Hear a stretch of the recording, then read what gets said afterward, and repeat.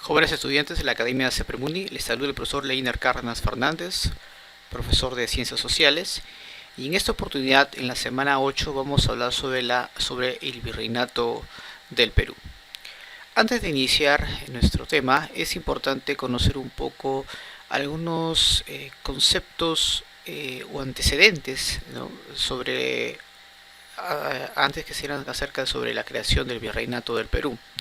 Por ejemplo, hay que tomar en cuenta que eh, cuando los conquistadores españoles llegan a dominar estas tierras, hubo un enfrentamiento entre ellos por la riqueza de nuestro territorio. Hablamos de los metales preciosos y de la mano de obra. Paralelo a estos enfrentamientos, hubo un movimiento de resistencia por parte de los aborígenes, en donde van a tratar de intentar expulsar a los españoles de nuestras tierras. En ese contexto se empieza a gestar lo que hoy una institución a la cual le llamamos Virreinato del Perú. Pero en base a qué se llegó a dar, cuál fue el propósito, el alcance, ¿no? O cuál fue la intención de la corona española de crear este tipo de institución, que no solamente se dio en el Perú, sino también en el actual país de México. Pero empecemos en todo caso primero a conocer qué cosa es el virreinato del Perú, ¿no? En su definición más clara y exacta. Entonces, para ello vamos a mencionar que podemos decir que es un sistema de gobierno colonial, ¿no? Que va a estar administrado por la corona española, cuyo objetivo principal es sin duda tomar el control directo de los recursos económicos. Principalmente hablamos de los metales preciosos. Ahora bien, ¿quién es el rey que va a implantar este virreinato que va a durar pues desde 1542 hasta 1824? Casi 300 años de existencia va a tener la administración colonial. Bueno, es el rey Carlos I de España o Carlos V del Imperio Sacro Germánico. Él pertenece a la dinastía de los Habsburgo. Ahora, esto es muy importante tomar en cuenta, ya que durante casi los 300 años de dominación española gobernaron dos dinastías, los Habsburgo, o también llamada la Casa de Austria, en el cual pues sin duda fue el máximo apogeo, ¿no? Del virreinato, sobre todo por la expansión territorial. Como ustedes pueden apreciar, el virreinato del Perú en el tiempo de los Habsburgo llega a tener pues esta extensión, ¿no? Desde Panamá hasta Cabo de Hornos. Pero ya más o menos a finales del siglo XVIII surge una nueva dinastía, la de los Borbones, o también llamada Casa Francesa. Aquí pues nuestro virreinato se divide en otros, como el virreinato de Nueva Granada, el virreinato de La Plata, con sus capitanías respectivas. Hablamos pues la capitanía de general de Venezuela y la capitanía de general de Chile. Entonces es muy importante tomar en cuenta estos aspectos. Ahora, otro factor fundamental que sin duda es importante recalcar es que esta orden que da Carlos I de implementar una institución que administre las colonias, que administre las nuevas tierras que la corona ha adquirido, se dio a través de una real cédula, que es un documento que solamente el rey puede dar y firmar. Este documento se llamó las Nuevas Leyes de Indias. En estas nuevas leyes de Indias se permitió la creación del Virreinato del Perú para controlar los recursos económicos, para controlar las riquezas del otrora imperio de los incas. Y también obviamente era otra de las cosas que también decía estas nuevas leyes era eliminar las encomiendas. Las encomiendas se habían utilizado mayormente como una manera de evangelizar a las personas aborígenes de este lugar, pero que en el fondo los conquistadores lo utilizaron para apropiarse de sus tierras y obligarlos a trabajar en ellas. De esa manera se habían convertido pues en personas poderosas, ya que adquirían en grandes extensiones de tierras, ¿no? En eso se basaban las encomiendas. Carlos V elimina ese poder que habían adquirido los conquistadores españoles. Y también había prohibido el trabajo forzoso del aborigen ante el encomendero. Entonces las nuevas leyes de Indias procuró enfocarse en esos tres aspectos, en el cual hoy nos vamos a enfocar principalmente en lo que es la creación del virreinato del Perú. Muy bien. Tenemos que ahora tocar un tema fundamental que es sin duda la organización económica en tiempos de la colonia. Vamos a ver algunas características fundamentales. Es bueno recalcar que sin duda la principal actividad económica en tiempos de la colonia es la explotación de los metales preciosos, es decir, la minería. En el virreinato del Perú van a haber dos importantes yacimientos mineros que fueron la base de la economía en tiempos de la colonia. Nos referimos a la minería de Potosí, ahí donde se extrajo grandes cantidades de plata. Actualmente esa minería queda en Bolivia. Y la otra es el yacimiento minero de Huancavelica, en el cual se extraía el azogue. El azogue era un elemento fundamental para poder, digamos, se utilizaba para separar los metales preciosos de los elementos impuros.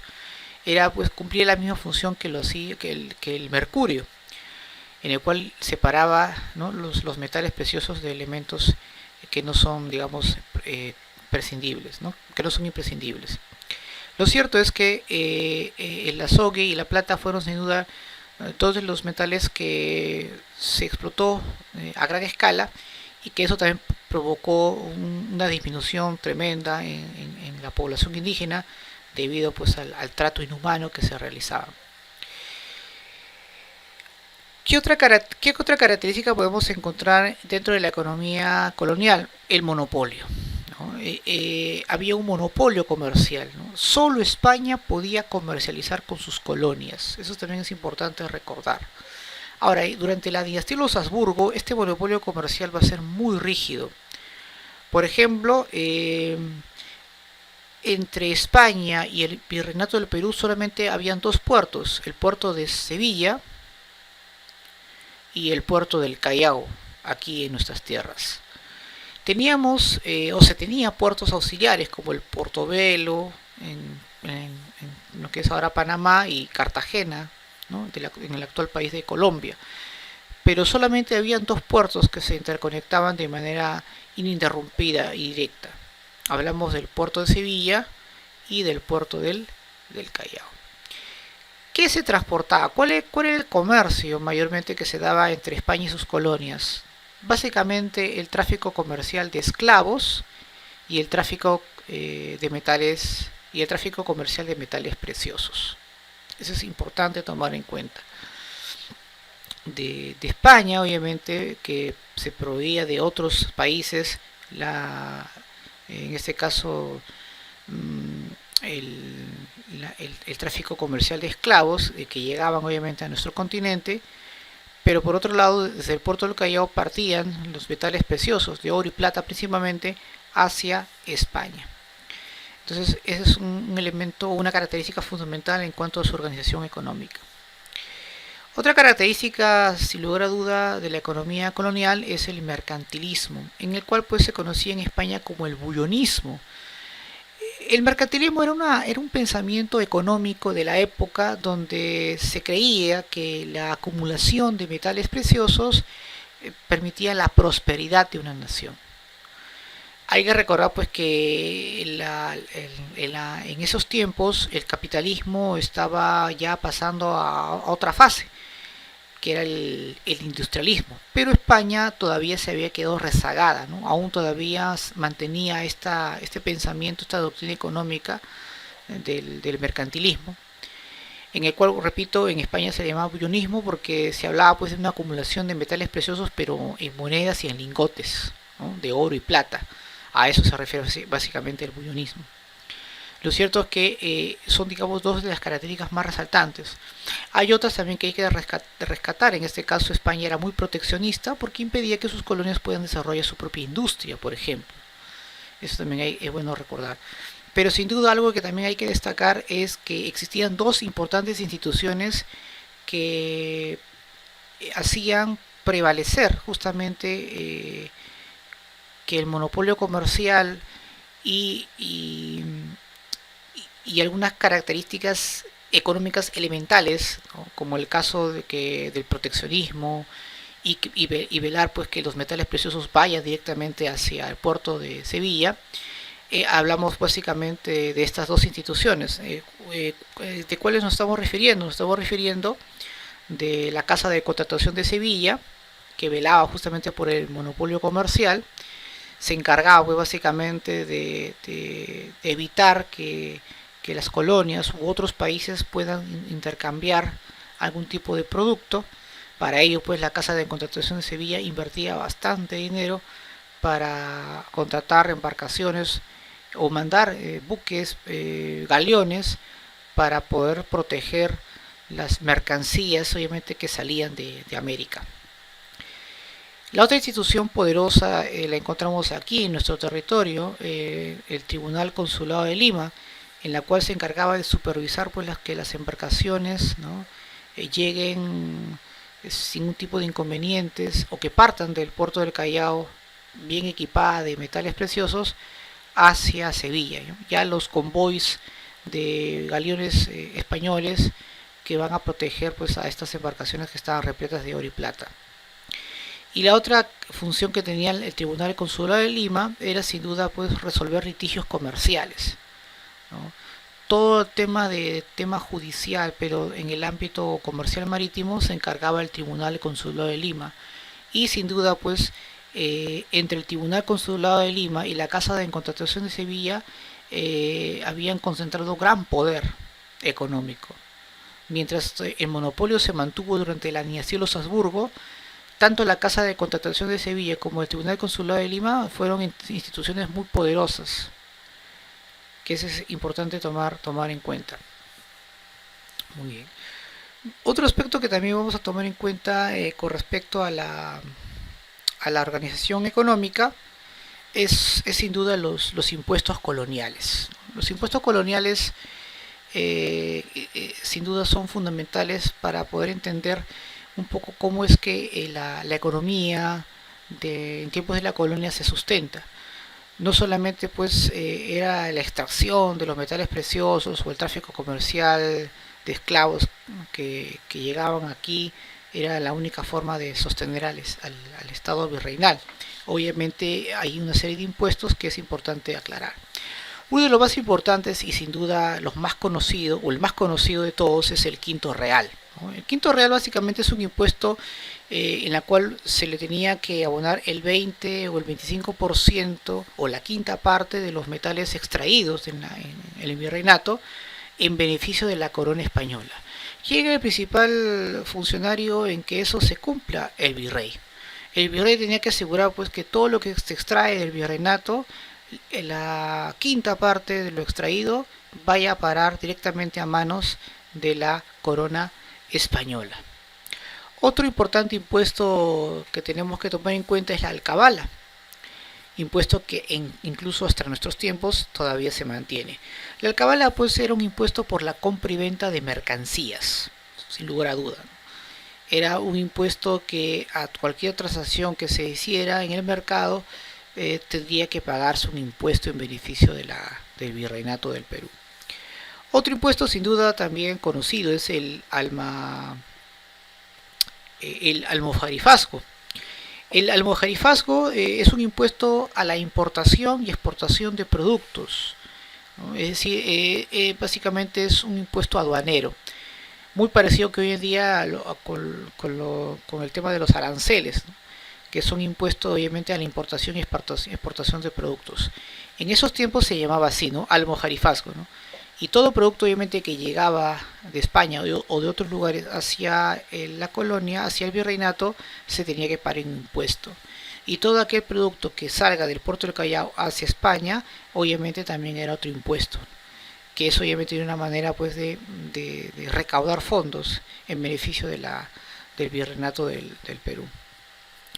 La, la media nata es otro tipo de impuesto básicamente que afectaba el sueldo de los funcionarios públicos. ¿De acuerdo? Eso es muy importante. Es como una especie de gasto que tienen o una reducción ¿no? de, sus, de, de, de su dinero, por así decirlo, de las riquezas, del sueldo de estos funcionarios en beneficio de la autoridad colonial o en este caso de las arcas fiscales de la colonia. El cabezón es un impuesto por la propiedad rural no explotada, ¿no? Es decir, había una propiedad obviamente que habías adquirido, pero sí que no si ese propietario pues no trabajaba o no realizaba una actividad en esa propiedad adquirida, pues obviamente si quería conservarla tenía que pagar un impuesto, ¿no? Para poder mantenerla. La avería es un impuesto para financiar, ¿no? A la Armada del Sur, es decir, a estos galeones españoles que protegían a las embarcaciones, porque lamentablemente para los intereses de España, muchas de esas embarcaciones ya no llegaban al puerto de Sevilla porque eran capturados por piratas, corsarios, por ejemplo, que en muchos casos eran contratados por la eran contratados por Inglaterra para poder apropiarse de los metales preciosos de las colonias de Nueva España y el Virreinato del Perú. Entonces era importante este impuesto, de esa manera pues se protegía a los barcos comerciales que iban del puerto del Callao hacia Sevilla. El impuesto de composición, ¿no? Es un impuesto por la legalización de tierras, ¿no? Es importante recordar que cuando el Carlos I se apropia de las encomiendas de los conquistadores, luego como una manera de poder mantenerse, sustentarse, decide vender tierras, ¿no? Es decir, las empieza a como se llama, hay una palabra, lotizar, ¿no? Es decir, donde empieza a vender estas tierras a un precio no costoso, pero sí importante, ¿no? Que solamente las personas pudientes pueden adquirir. Entonces, cualquier persona obviamente que quisiera comprar esas tierras tenía que legalizarlas, ¿no? Y esa legalización tenía un costo, que era un impuesto, ¿no? A ese impuesto nos estamos refiriendo, pues, que es la composición, ¿no? Que es obviamente una manera que tiene que realizarse. El cobo es otro impuesto por acuñar monedas. Hay que recordar que aquí la primera institución que se acuñan monedas, la Casa de la Moneda de Lima, fue la primera en América. Y también obviamente se paga un impuesto por acuñar este tipo de monedas. La derrama es un impuesto básicamente para financiar a la corona española en tiempos de guerra, ¿no? Es decir, esto obviamente era un impuesto que la pagaba la gente pudiente, ¿no? Tanto los criollos como la aristocracia peninsular, que se daba básicamente para financiar cualquier tipo de campañas o de guerra que realizaba la corona española contra sus enemigos, ¿no? Y por último, pues los diezmos y las primicias son impuestos básicamente que se daban en beneficio de la iglesia, que era el 10% del sueldo de la persona. También es importante aclarar que había otro impuesto, que era el tributo indígena, que obviamente solamente era para los aborígenes, ¿no? Que todos eran obligados a tener que pagar estos tipos de impuestos. Entonces, acabamos de nosotros estudiar o de aprender bastante estos impuestos coloniales que sin duda pues, nos pueden preguntar en cualquier examen de admisión. Vamos ahora a continuar. Esta vez nos vamos a referir pues a la forma de explotación en tiempos de la colonia. Habían 5 formas de explotación en tiempos de la colonia. Por ejemplo, la mita minera. La mita minera era pues una forma de explotación que se había implementado durante el gobierno del virrey Francisco de Toledo, en la cual consistía pues que todo indígena estaba obligado a trabajar en la mina. Era el sistema de explotación más cruel en tiempos de la colonia, Por varios factores. Una de las más importantes es que era un sistema donde el trabajador se le trataba de manera inhumana. Las condiciones en las cuales iba a trabajar en la mina eran deplorables, por lo cual pues el tiempo de vida promedio pues no eran muy expectantes. Habían pocas expectativas de vida en la población que se dedicaba a ese tipo de trabajo. La mito obrajera, esta vez el trabajo menos pesado, pero no por ello deja de ser una forma de explotación. Consistía en elaborar textiles, en elaborar algún tipo de trabajo manual. Estos mayormente se daban en los talleres, y que obviamente se les pagaba, pero el sueldo pues era muy, pero muy poco. La mitad de plaza consistía en que los indígenas tenían que realizar trabajos en obras públicas, ¿no? Construcción de puentes, plazas, etcétera, ¿no? Era también un tipo de forma de trabajo, de explotación que era común en esos tiempos. Y el yanaconaje es una forma de servidumbre en el cual el indígena tiene que trabajar para su patrón, tiene que trabajar para su amo, ya sea para el hacendado criollo o peninsular, en la cual pues se dedica, va a tener esa condición, ¿no? de siervo prácticamente. El pongaje, en cambio, a diferencia del yanaconaje, también es un servicio ¿no? Es una especie de servidumbre, pero específico, ¿no? Es servicio doméstico, es decir, estos indígenas, debido pues a la al,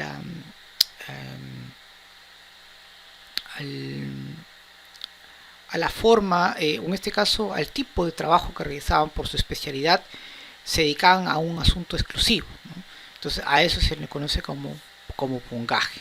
Estos son, digamos, las 5 formas de explotación que se dieron en tiempos de la colonia. Otro aspecto que también nos vamos a enfocar, sin lugar a duda, tiene que ver pues con la organización política, ¿no? Eh, Claramente, pues la organización política en tiempos de la colonia tiene dos estructuras muy diferenciadas, ¿no? En primer lugar, tenemos que enfocarnos en la administración metropolitana, es decir, instituciones que se encuentran en España, y luego nos vamos a enfocar en la administración colonial. En este caso nos estamos refiriendo a las autoridades coloniales del Virreinato del Perú. Empecemos con la administración metropolitana. En este caso hablamos del rey, ¿no?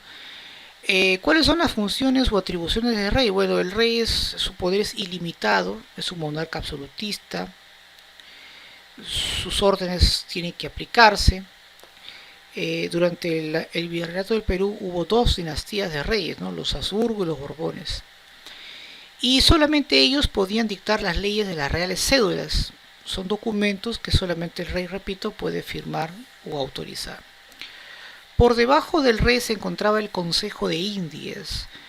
Tiene una serie de funciones, pero la más destacada es sin duda administrar las colonias. Por ello es que realizaba una serie de leyes que eran aprobadas por el rey y se aplicaban en las colonias. El Consejo de Indias, pues aparte de asesorar al rey, proponía autoridades, ¿no? Proponía virreyes, y solamente faltaba el visto bueno del rey de España. Pero también enviaba autoridades eclesiásticas, enviaba visitadores para supervisar a los virreyes, y se aplicaba también el juicio de residencia, es decir, todo virrey que una vez que cumple su mandato tiene que regresar a España, y el Consejo de Indias va a evaluar su desempeño, ¿no? Qué tan bueno o malo fue su gobierno. Ese se llama el juicio de residencia. Bueno, ese es con respecto a la administración metropolitana. Veamos ahora la administración colonial. En este caso empecemos por el virrey, que sin duda es el representante del rey en las colonias. Tiene varias funciones, pero la más destacada es que él tiene la misión o asegurar que todos los metales preciosos que se extraen de la colonia paren a manos de la metrópoli española, ¿no? Era una especie de supervisor de que todo lo que se extraiga del virreinato de Perú llegue llegue directamente hacia el beneficio de la corona española. Durante los casi 300 años de dominación española hemos tenido 40 virreyes, de las cuales el más destacado en beneficio de la corona española fue sin duda el virrey Francisco de Toledo. Otra importante institución colonial después del virrey es la Real Audiencia, ¿no? Es una especie de institución en la cual se va a encargar de administrar justicia. La Real Audiencia pues se establece aquí en Lima. Vamos a tener al inicio alrededor de todo el virreinato unas 7 audiencias, de las cuales luego de cuales se van a aumentar uno más en el Cusco después de la rebelión de Tupac Amaru II. Pero aparte de administrar justicia, ¿qué hacía? Bueno, gobernaba la colonia cuando la presencia del virrey estaba ausente, ¿no? Es decir, cuando el virrey no estaba o había muerto, en este caso la Real Audiencia se hacía cargo de la administración colonial. Ahora, cuando el virrey y la Real Audiencia por diversas circunstancias llegan a gobernar juntas, se le llama a eso Real Acuerdo.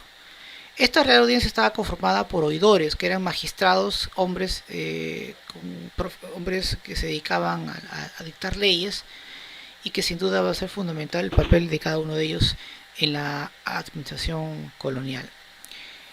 Los corregimientos son divisiones territoriales del virreinato, que reemplazaron a las encomiendas. Estas provincias, por así decirlo, estaban a cargo de un corregidor que llegaba de España por órdenes del Consejo de Indias, previa aprobación del rey de España, claro está. Los corregidores sin duda fueron las autoridades más abusivas de la época colonial, porque ellos se encargaban de recaudar los impuestos. Ellos se encargaban obviamente de reclutar gente para las mitas, principalmente para la mita minera. Pero el abuso llegó a tal extremo que incluso ellos aplicaron lo que se conoce como los repartos mercantiles. ¿Qué son los repartos mercantiles? Obviamente son productos que el corregidor trae de España y obliga a que los indígenas le compren estos tipos de utensilios o productos. Pero acá lo grave es que estos productos, o muchos de estos productos, no son, digamos, útiles para los indígenas, y encima son productos muy, pero muy costosos. Por ejemplo, peines, espejos, medias de seda a altos precios, los corregidores obligaban a los indígenas a comprar.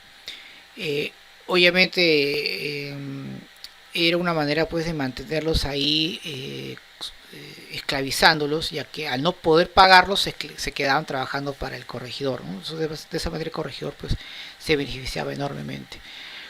Luego de la sublevación de Tupac Amaru II, estos corregimientos van a ser reemplazados por las intendencias.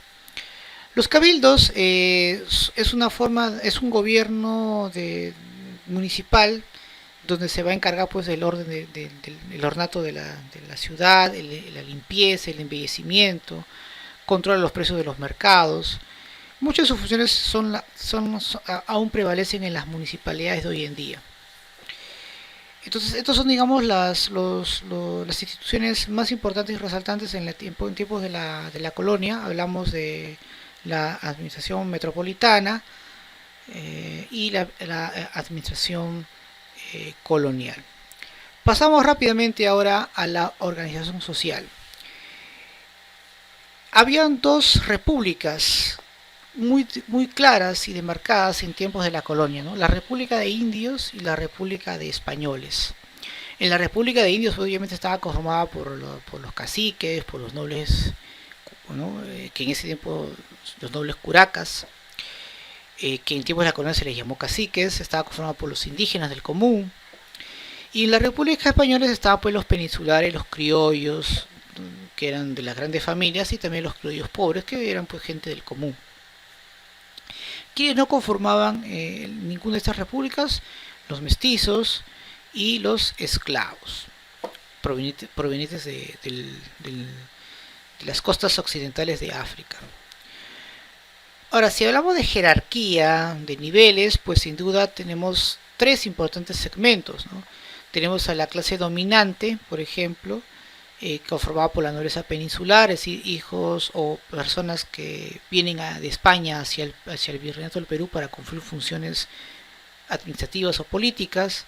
Tenemos a la aristocracia criolla, ¿no? Que son, digamos, descendientes de españoles nacidos en el Virreinato del Perú, que son de familias pudientes, poderosas. Tenemos a los caciques, que eran pues los nobles, ¿no? Estos nobles que muchos de ellos eran los descendientes de las panacas del incanato, o descendientes después de los jefes locales que habían logrado apoyar a Pizarro y sus huestes contra los incas. Otro segmento importante de la clase dominada, en este caso hablamos de los criollos pobres, se le llama así porque son personas que no vienen de las grandes familias, básicamente, ¿no? Mayormente tienen oficios o algún tipo de profesión. Tenemos a los mestizos, que son los que llegaron a ser un grupo importante en el virreinato. Ellos son producto pues de esta fusión biológica entre españoles e indígenas. Y por último tenemos a la población del común, que en su caso eran la mayoría, ¿no? Nos referimos a los indígenas propiamente dicho. Ellos obviamente eran las personas que en su mayoría pues se dedicaban a diversos trabajos. Mayormente pues muchos de estos indígenas eran mitayos, es decir, se dedicaban a la mita, ya sea mita orajera, minera o de plaza. Eran yanaconas, es decir, trabajaban como siervos en las haciendas de sus patrones. Y por último tenemos a los esclavos, ¿no? Que de todos ellos estaba en el último escalafón. Ahora, con respecto a los esclavos es importante aclarar lo siguiente, ¿no? Aquellos esclavos recién llegados, que venían recién, se adaptaban a las costumbres de la colonia, se les llamaban pues esclavos de bozal. Y aquellos que ya tenían buen tiempo en América o incluso nacieron en este continente se les llamaban esclavos ladinos. Muchos de estos esclavos obviamente eran comprados o vendidos en los mercados, y para diferenciar a quién pertenecía se les hacía una marca con un instrumento llamada carimba. Ahora, aquellos esclavos que se escapaban se les llamaban cimarrones. Muchos de los cimarrones obviamente construían sus aldeas cerca de las ciudades, y obviamente a este tipo de aldeas se les conoce como el nombre de palenques. ¿De acuerdo? Eso es muy importante tomar en cuenta. Muy bien, eso es con respecto pues, a la estructura social en tiempos de la colonia. Veamos ahora algunas manifestaciones culturales importantes, como por ejemplo la educación. La educación tiene tres características pero muy interesantes. Por ejemplo, es elitista, es decir, solamente podían educarse las élites, las clases dominantes, como el caso de la aristocracia criolla, la nobleza peninsular, los caciques. Era dogmática porque obviamente la educación era muy rígida y estaba a cargo mayormente de las órdenes religiosas, en este caso de los dominicos y de los jesuitas. La metodología que utilizaban era memorista, ¿no? De ahí pues obviamente que la educación en esos tiempos era muy dura, muy complicada, y obviamente todos los conocimientos se impartían en latín. Ahora, ¿cuáles son los recintos o instituciones educativas que se van a implantar en el Virreinato del Perú? En primer lugar tenemos a las universidades, que estaba reservada exclusivamente para la aristocracia criolla y la nobleza, la aristocracia criolla y también peninsular. Aquí en el virreinato se implementaron tres importantes virreinatos. Estos virreinatos son tres importantes universidades, ¿no? Hablamos de la Universidad San Marcos en Lima, hablamos de la Universidad San Cristóbal de Huamanga en Ayacucho, y la Universidad Abad en el Cusco. Luego están los colegios mayores, que son, digamos, centros educativos que se les enseñaba lo básico. En un principio, bueno, desde siempre estos colegios mayores solamente podían ingresar o acceder a ese tipo de educación la nobleza peninsular y la nobleza criolla, ¿no? Las élites. Los colegios menores son instituciones educativas de menor rango que les permite tener algún tipo de oficio, y que fueron aperturadas para los criollos que no pertenecían a las clases altas, sino más bien a las clases medias, y también se les permitió que los mestizos puedan también ingresar a este tipo de recintos educativos. Las universidades mayormente estaban a cargo de los dominicos, mientras que los colegios mayores estaban a cargo de los jesuitas, al igual que los colegios de caciques. Estos colegios de caciques estaban solamente reservados para los hijos de la nobleza indígena, que también obviamente reciben una educación eh, importante. ¿Quiénes están excluidos de la educación? Los indígenas del común y los esclavos propiamente dicho. Entonces eso digamos fueron algo que sin duda fue eh, muy resaltante, ¿no? En tiempos de la colonia, ¿no? La educación en tiempos del Virreinato del Perú, y educación que obviamente va a mantenerse por mucho tiempo. No hay que recordar pues que la educación en tiempos de la República no había variado casi nada, ¿no? Aún se mantenía pues el dogma y la metodología de enseñanza. Muy bien. Vamos ahora a continuar. Vamos a ver un poco sobre la arquitectura, ¿no? En tiempos de la colonia, ¿no? Hay que recordar pues que el virreinato del Perú, sobre todo Lima, llamada la ciudad de los reyes, empezó pues a ver un resalte, ¿no? En las obras arquitectónicas, sobre todo por los estilos que se van a ofrecer en esos tiempos, ¿no? O van a existir, como el barroco, el rococó, el churrigueresco, por ejemplo, que son, digamos, formas de expresión artística de la época.